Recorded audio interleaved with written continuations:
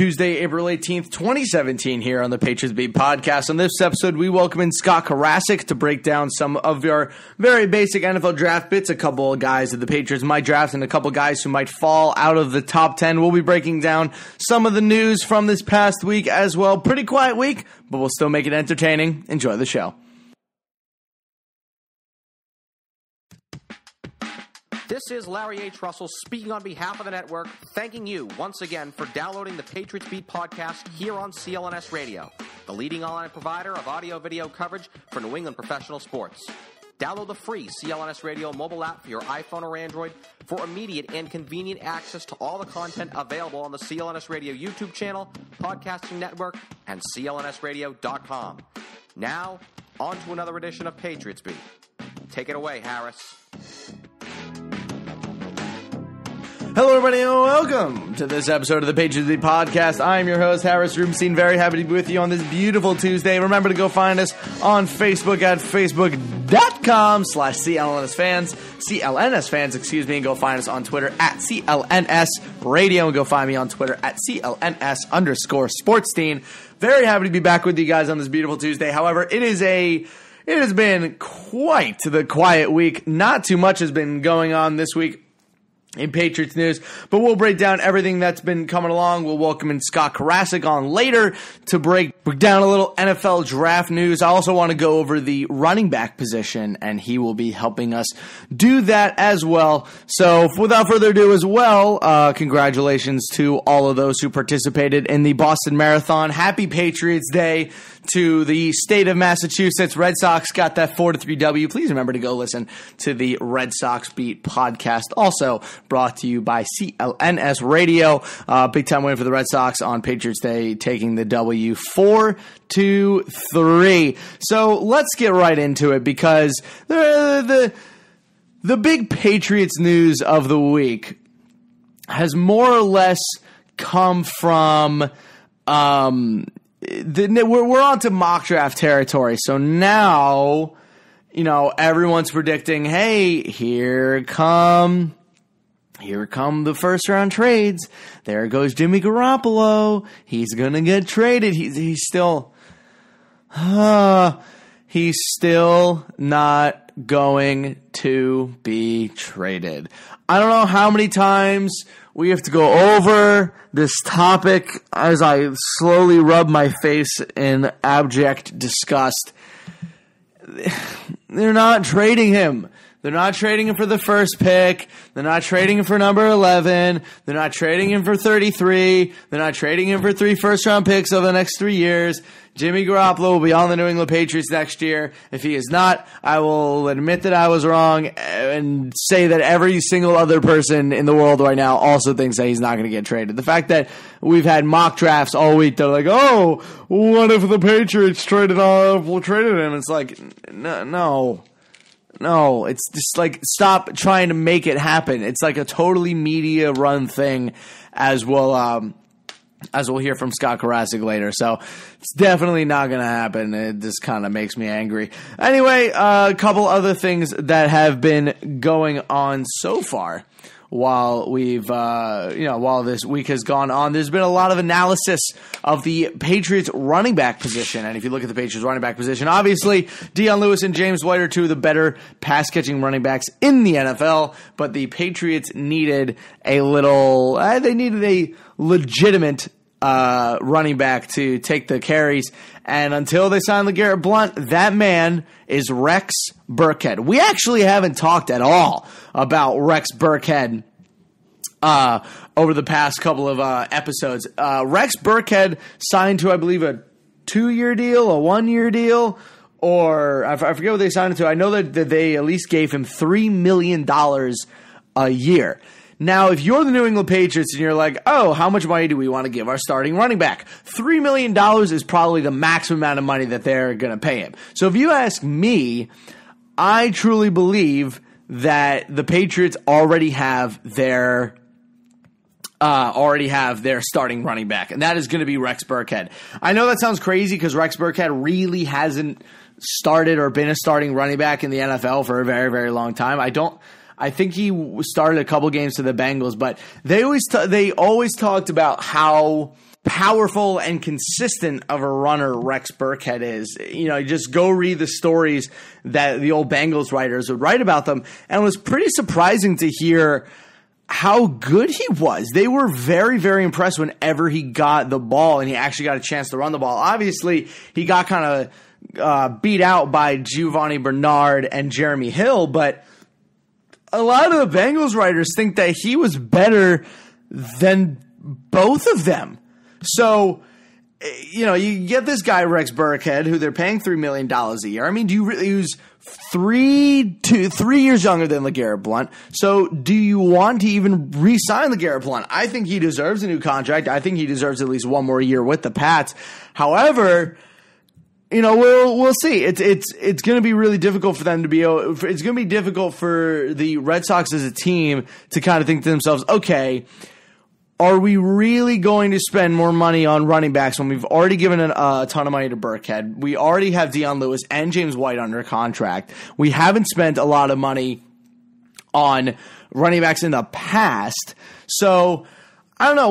We'll see. I think this whole episode with LeGarrette Blount is kind of annoying and it's a little bit disrespectful. I think if you're a Patriots fan, while you are happy with their offseason moves, you also have to be a little bit disappointed that they've been very cutthroat with a lot of very, very, very well-liked players and very powerful players as well inside of the roster. So if you ask me, I like how they've been done this offseason, but I really don't like how they've treated some of the players, obviously being Malcolm Butler. I don't like how they treated Amendola in the beginning of the year with all of the rumors about cutting him. I really don't like how they're treating LeGarrette Blount now. So that's just kind of the nature of the beast when it comes to the Patriots, but you know, there are always things to be improved on. But we're going to take our first quick break. When we come back, we are going to break down the rest of the Patriots news from the week, and then we will intro our good buddy Scott Carasik to break down our draft episode of the week. It's a new year, which means a fresh start for your business, and a great year starts with making great hires. But posting your job in one place isn't enough to find quality candidates. If you want to find the perfect hire, you just need to post your job on all the top job sites. And now you can. With ZipRecruiter, you can jumpstart your hiring in 2017. Post your job to 200-plus job sites, including social media networks like Facebook and Twitter, all with a single click. Find candidates in any city or industry nationwide. Just post once and watch your qualified candidates roll into ZipRecruiter's easy-to-use interface. No juggling emails or calls to your office. Quickly screen candidates, rate them, and hire the right person fast. Find out today why ZipRecruiter has been used by over 1 million businesses. And right now, my listeners can post job on ZipRecruiter for free by going to ZipRecruiter.com/sportsfan. That's ZipRecruiter.com/sportsfan. So one more time, try it for free. Go to ZipRecruiter.com/SPORTSFAN. All right, team, welcome back. Not a lot going on this week. Obviously, the focus of the Boston sports world is currently on the Celtics and the Bruins, both in the playoffs. The Red Sox have been playing good baseball ever since everyone started to finally get healthy. So the Patriots have faded into the background a little bit. So please remember to go listen to the other corresponding sports beat podcast that CLNS Radio has. They obviously are going to be covering every single playoff game. And the Red Sox beat is going to be covering, or at least talking about every single game when they release their episodes. I believe they are twice a week anyway. So yeah, I'm sure I definitely know that they cover most, if not all, Red Sox games. So anyway, the Patriots, I believe, reported for workouts today. Good news, Gronkowski, Edelman, Stephon Gilmore, Brandon Cooks, all of them were there, which is always a good sign. Malcolm Butler was not there. Malcolm Butler was in Disney for his son's birthday. So everyone relax. He didn't skip practice. He was simply spending a good old-fashioned father-son day in Disney, was it? I believe it was in Disney, where I saw the report earlier today. Yeah, I believe it was Disney. So good for Malcolm Butler. Great idea. I believe I'm going to Disney next weekend, so that'll be a really fun thing. I'd also be very surprised at this point if Malcolm Butler didn't sign his tender. The last day he can get offered an offer sheet, ironically, is Friday. So that's probably not going to happen. Good for that's good for the Patriots, but we will see. There might be a surprise coming. Who knows? Wouldn't be surprised if the Saints still trying to make a move just to throw a small contract out there, just so the Patriots might have to match it. So anyway, that's actually going to be it for me today, guys. We're going to welcome in Scott Carasik. He's going to break down some draft stuff for us. We're going to have a good time, and then we'll get back to you guys for the exit, and we'll let you guys know what our shows for the rest of the week are going to look like. And that's it for me. I'll see you in a little bit. Not all ingredients are created equal. Fresh, high-quality ingredients make a real difference, so it's important to know where your food comes from. I know that me personally, when I was living in a college dorm, I used Blue Apron in order to get my fresh ingredients so that me and my roommate Jack could cook up some nice meals, maybe some fresh steaks, maybe some good chili, some quality stuff. And it's also a very fun holiday gift, so maybe for a nice Valentine's Day gift or a nice birthday gift coming up, I wouldn't give it to a girlfriend. Obviously, Blue Apron would be a little rough, but give it to a family member. Maybe they can get some high-quality ingredients in their life. For less than $10 per meal, Blue Apron delivers seasonal recipes along with pre-portioned ingredients to make delicious home-cooked meals. Blue Apron knows that when you cook with incredible ingredients, you make incredible meals, so they set the highest quality standards for their community of artisanal suppliers, family-run farms, fisheries, and ranchers. Whether it's Japanese ramen noodles, wild-caught Alaskan salmon, or heirloom tomatoes, Blue Apron is bringing you the best. So check out this week's menu. Get your first 3 meals free with free shipping. Go to blueapron.com/Patriots. You will love how good it feels and tastes to create incredible home-cooked meals with Blue Apron, so don't wait. That's blueapron.com/Patriots. Blue Apron, a better way to cook. Welcome back into Patriots Beat. It is now time for our featured guest segment. This week, we're very happy to welcome back in Scott Carasik, the Falcons Pro Football Central host, one of their radio hosts, and as well as he's kind of one of my favorite draftniks on Twitter, a guy for Falcon Wire as well. Scott, thank you for joining us. Hey, I'm glad to join y'all. Very nice. So, let's just get right into things. We're about a week now. 10 days away from the NFL Draft 2017. Patriots do not have a first round pick this year. However, we don't need one because we want to get to know some late round draft picks. So, a couple guys I want to ask you about. First guy that the Patriots have been lined up with here is a guy by the name of Julian Davenport, who is an offensive lineman, kind of from a small school. He's had 2 visits now with the Patriots. What do you know about this guy? I've never heard of him before. Davenport's a hell of a football player. He's not really a left tackle in the NFL from what I've seen. He just doesn't handle speed very well. But if you put him on the inside at guard, either left or right, maybe even center, maybe even right tackle, I would take him in a heartbeat. I just don't think he moves well enough to his left to be a left tackle in the NFL. But he's a hell of a blocker. He's good in the zone scheme. He's good in the man scheme. Y'all run a lot of inside zone and outside zone with your offensive line. So I think he'd be a great fit for y'all in late 3rd, late 4th round. He seems like a guy, because the Patriots haven't had a good swing tackle in a while. Cameron Fleming didn't really pan out the way that they were hoping to, and Marcus Cannon obviously became the right tackle. Is he that kind of swing tackle, number 3 guy you can bring in the run game? Yeah, I mean, if you're going to play him every now and again, I'm okay with it. But anything more than that, I don't know if it's needed. So let's go over to the wide receiver position, because this is one that's a little bit tougher if you're a Patriots fan. Obviously, they just got Brandon Cooks this offseason, taken from your division rival Saints. So you're welcome for that one. But I do appreciate that. Exactly. So who are some guys, late round wide receivers you think the Patriots might touch? Because obviously this wide receiver class is incredibly top heavy. But who are some later round guys that you think we could see a couple guys go for? I mean, y'all don't really, just from my perspective, y'all don't need a wide receiver. Mm-hmm. Y'all got Malcolm Mitchell. Y'all got Brandon Cooks. Y'all got Edelman. And then you got Hogan. I mean, and I think Hogan's probably a 4 on any team in the NFL, like a good, effective possession number 4 in the NFL. Mm-hmm. And I think that's what he's going to be for y'all. And I think that's his best possible fit.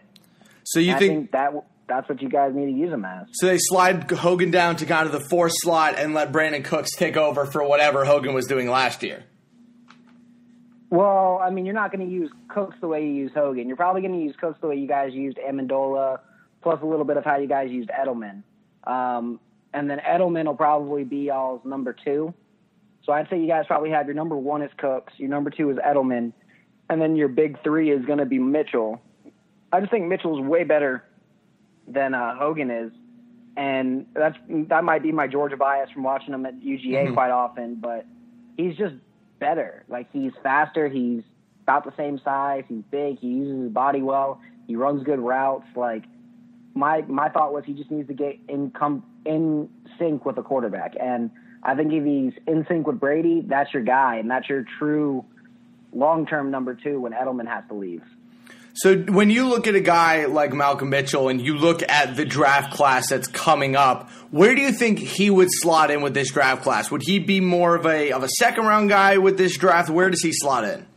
Or would he? I'd slot him in as a nice, solid mid-second rounder in the class. Perfect. So I mean, I don't think you need a receiver.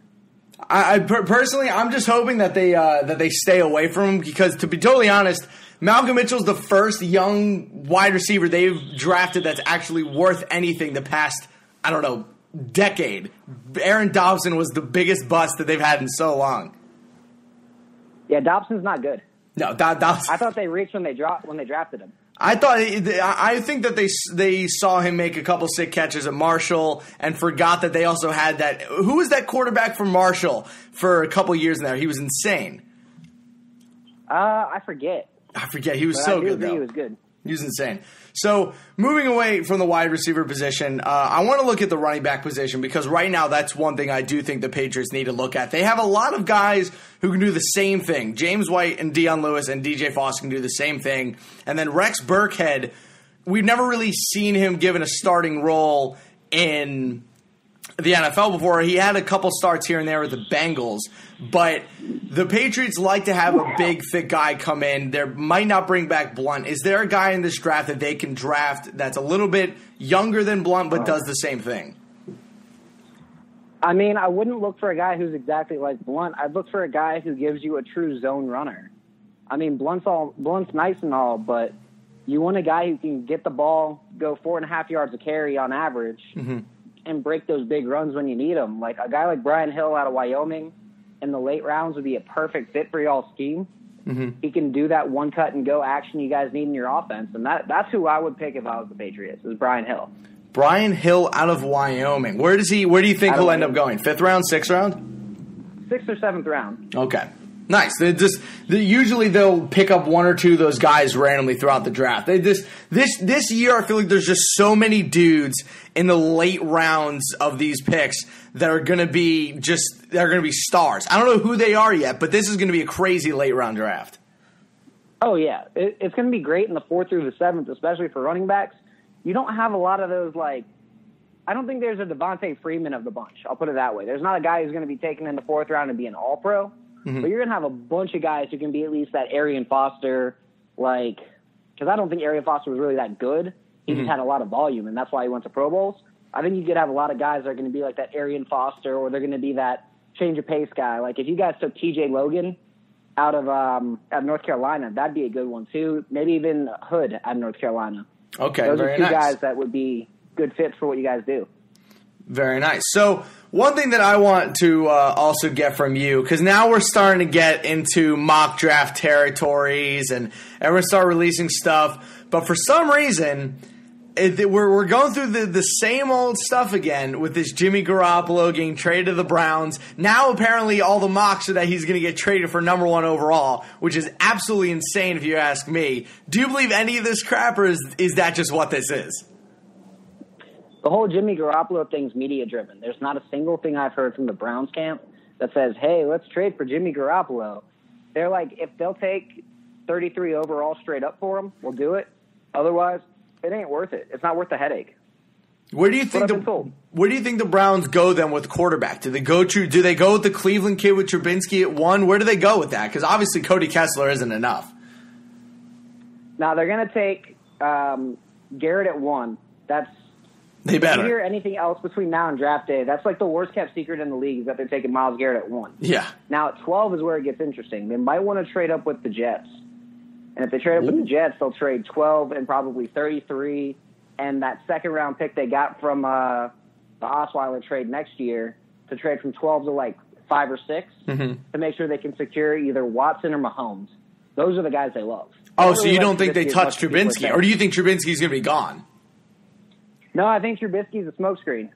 Ooh, interesting. So where does he go then? Does he fall into the second round? No, I mean, I think Trubisky's floor is probably in the mid-20s. Okay. To Houston or maybe even at 13 to Arizona. They seem to love those wacky quarterbacks. Mm-hmm. I mean, another team that I also thought that he might go to is the Giants, and they finally take Eli Manning's replacement.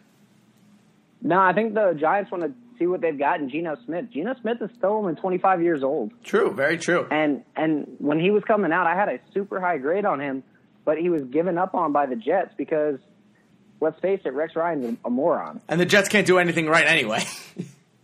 Exactly. So looking at the top 10 of this draft, moving away from just the Patriots stuff to draft stuff in general, this top 10 is going to be absolutely loaded. But one guy that I keep hearing might drop out of the top 10, and if he does, the Pats might make a move, is Reuben Foster. Is he actually going to fall out of the top 10? Is Hassan Reddick going to take over for the top inside linebacker? What's going on with Foster? Is this just posturing? No, Foster may go in the mid-20s, maybe even later. Like, the idea that he was a top 10 prospect, that's never been something teams thought. Interesting. Where do they have him then? The mid-teens? Most of them have him in the mid-teens. Okay. I've been told they probably think he's going to get taken in the mid-teens to a team that needs that franchise middle linebacker, but a franchise middle linebacker you can find in the second, third round now, so teams are starting to devalue it. What about Hassan Reddick? With Deion Jones. Who? Oh, Deion Jones, right, because obviously the Falcons got him. He's insane. Yeah, that's your franchise guy. They took him at 46 right. or 45. So, I mean, you don't really need to worry too much about when you're seeing teams take guys at 45, plugging them in, and boom, there's your starting middle linebacker for years. You don't need to take a guy super high to be that franchise middle linebacker. Right. So what about the guy, Hassan Reddick? Is Hassan Reddick going to go higher than Reuben Foster? Because his draft stock's been flying over the past 2 months since the Senior Bowl. Yeah, because Hassan Reddick's probably better in coverage. Ooh. He's definitely a better pass rusher. He provides more on third down than what Foster does right now. Mm-hmm. So they're going to go – I guarantee you he gets taken before Reuben Foster. Ooh. Like, I'm personally putting money on that in Vegas. I like that. That's not even a question. All right, so Hassan Reddick will go before Reuben Foster. I'm going to hold you to that. Go for it. So one more posturing that I kind of wanted to hear from your end, because the other big-time 1-2 that I think is kind of up in the air is, again, at wide receiver with John Ross and Corey Davis. Who do you think is going to get picked first? Mike Williams. Oh! Why Mike Williams over Corey Davis? Because Mike Williams provides that guy that can make those insane contested catches, and that's huge in the NFL right now. When you look at what Julio Jones did in the Super Bowl, teams want that guy who can go in, and even though there's a guy right in front of him playing perfect coverage, just go up and snatch the ball out of the air and moss him. Is Mike Williams as good as Julio Jones was coming out of college? No, but he's probably as good as A.J. Green was. Oh, okay. That's a good comparison then. Because whenever I'm seeing all this stuff about John Ross is somehow better than Corey Davis, and every time I watch Corey Davis, he catches everything. The guy reminds me kind of Roddy White. He catches everything. I think that's a pretty solid comparison for him, actually. But Corey Davis is way better than Roddy White was coming out. Right, because obviously Roddy White was a, third-round pick, fourth-round pick from UAB? No, Roddy was a first-round pick, but he was a first-round pick who wasn't good until his third year. He needed Joe Horn to smack him around and be like, yo, you have all the talent in the world, quit being a punk, just play like you can, and you'll be a top 10 receiver in the NFL. Okay. And Roddy took it to heart and was like, well, Joe Horn's been there. He knows. Mm-hmm. And Roddy's a fringe Hall of Famer right now. Oh, a fringe Hall of Famer. I like that. Hey, Roddy White was one of the most iconic wide receivers throughout my entire childhood. I love Roddy White. Yeah, I mean, and he was always a top 5 receiver for 2007 to 2011, those 5 years of dominance that you need. He was always in that top 3 or 4 discussion. You'd be like, all right, well, who are the top receivers? You got Calvin Johnson, you got Andre Johnson, and then you're like somebody, and then Roddy White. Like, Roddy White would always be in that conversation. He was insane. So one other question here I want to get from you, Scott. So we've had a couple other draft guys come on. We Jared Brown, Charles McDonald, Justice from Setting the Edge. All of them I had them all choose one guy who they just hung their hats on. That was their guy. Justice took Deshaun Kaiser. Charles took Jaleel Johnson. Jared Brown took Raekwon McMillan. Who is your guy this is my guy. He's going to be incredible. Who's your dude? Jordan Willis out of Kansas State. Okay, who's Jordan Willis? So Jordan Willis is a defensive end. He played at Kansas State. He normally played strong side end for them. But I think in the NFL he plays more of that weak side role, where he plays in the system where he plays that strong side end and he'll flip between the two. He's a true athlete, and he's just starting to harness his football abilities. He's what I like to call a Ricky Bobby pass rusher. He's fast, he's strong, he's got all the tools, but he has no idea how to use any of them at this second. Like, he has no idea how to use his hands. Like, once he gets in with a good coach who knows how to teach him how to use his hands, who knows how to teach him how to pass rush, he'll be that guy. He'll be, like, athletically, he's just as good, if not better, than DeMarcus Ware. Ooh. And it shows up on film. The question is whether he can turn it into 10 sacks a year the way DeMarcus Ware did. I was going to say, he sounds kind of like what Ziggy Ansah had coming out of college, where he's just this insane athlete, but just doesn't really know how to play football that well yet. That's a good comparison as well. Ziggy Ansah, I mean, honestly, he plays a lot like Everson Griffin. And Everson Griffin took a couple of years before he figured it out too. But once he figured it out, he's been an 8 to 12 sack guy every single year. Pro Bowl. And great run defense. And Pro Bowl. Yeah, and I think that's what you're going to get with Jordan Willis when he figures it out. All right. You may not get 20 sacks, but you'll get 8 to 12, and you'll get a Pro Bowl guy who can stop the run. Hey, and in these days, the only guy you're going to find that can really do that on a year-to-year basis is JPP, and he just got paid, $80 million or something? Exactly. So that's the guy you're looking for. Well, Scott, thank you so much for joining us. Jordan Willis, we're going to write down your guys in the name, and then we'll be on the lookout for him when our post-draft talk. But, Scott, thank you so much for joining us. Anything you want to plug before you go? Yeah, just check out I've been doing scouting reports up at Falcons Wire. I've also got a couple features coming up soon. Like, it's all Falcons related, but how the Falcons are going to address the draft, what would happen if they didn't take a guard in the first 4 rounds, just a couple of things like that. So just check my stuff out. And add me on Twitter. I'm always down to talk football. If you troll me, I'm just going to laugh at you. Because people do it all the time anyway. Yeah, I feel that. I definitely feel that. Well, Scott, thank you so much for joining us. Have a great rest of the day, and we'll talk to you after the draft. Sounds good. Have a good day. You too.